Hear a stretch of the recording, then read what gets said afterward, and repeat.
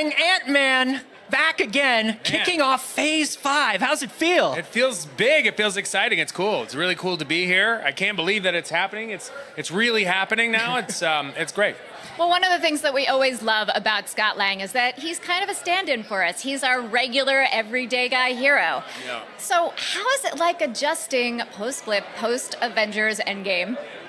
Yeah, well, it's, Scott feels pretty good because everything's kind of in the rearview mirror now, and he can kind of live a normal life and maybe catch up on some time with his family. And Surely nothing can be as bad as Thanos. That's over. That's right. I mean, my gosh, what could be as bad as Thanos?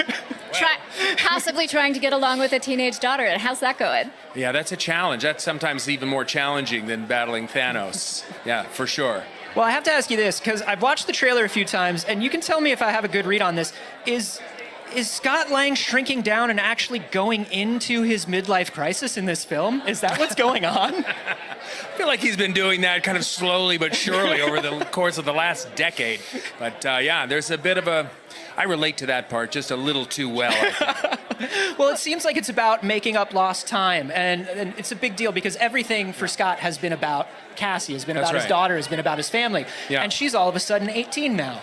Yeah, I mean, it's, he did miss out on some years, as did Cassie, and so I think that it would make sense that Scott would want to try and, spend time with his little girl, who might not be as little as, she was the last time he got to spend some time with her. So, yeah, I think you're right, catching up for some lost time. Yeah. And we've talked a little bit about how this movie is really kind of a family vacation movie in a way. Did you pick up any tips for traveling and doing family vacations together? I always believe in packing light. If you can avoid checking luggage, yes, do it.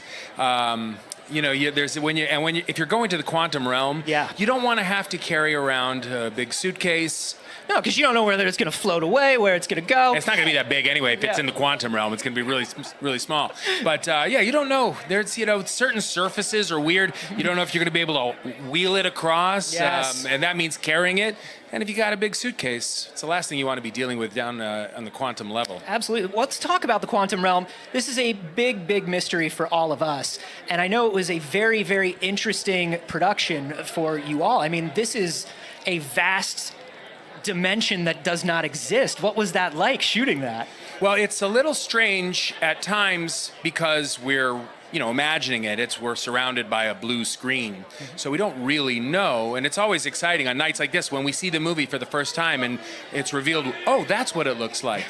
However, there were moments on this shoot where we were filming in something called the volume, which is an LED screen all the way around an entire soundstage that projects lights and images and gives us a little bit of a sense of what it might look like. So this was the first time we were kind of thrust into this magical, weird world and had an idea of what it kind of looked like. And it helped filming those scenes because you really feel as if, you have something to react against, whereas imagine in the first and second one, you were very much okay, man, it's tardigrades and weird spores. Yeah. And not just a green tape mark. Right. Actually having something real to react to. It's nice. It really does help. It really does. I feel like these have gotten bigger and bigger as Scott has become more and more of a hero. Can you tell us a little bit more about kind of like the scale of this one compared to the other ones? Well, this one felt a bit different than the first two. As much as, gosh, I think we all loved working on the first two and loved our place and kind of these, familial themes.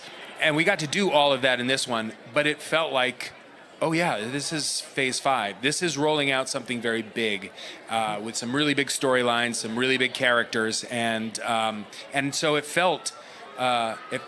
was exciting. It felt different. It felt bigger. Well, we are so excited for Phase 5 and what this movie is kicking off. There are a lot of people here who want to talk to you, so we got to send you on your way. But if you want to quickly say something to the fans before we go, they're watching live. Everybody.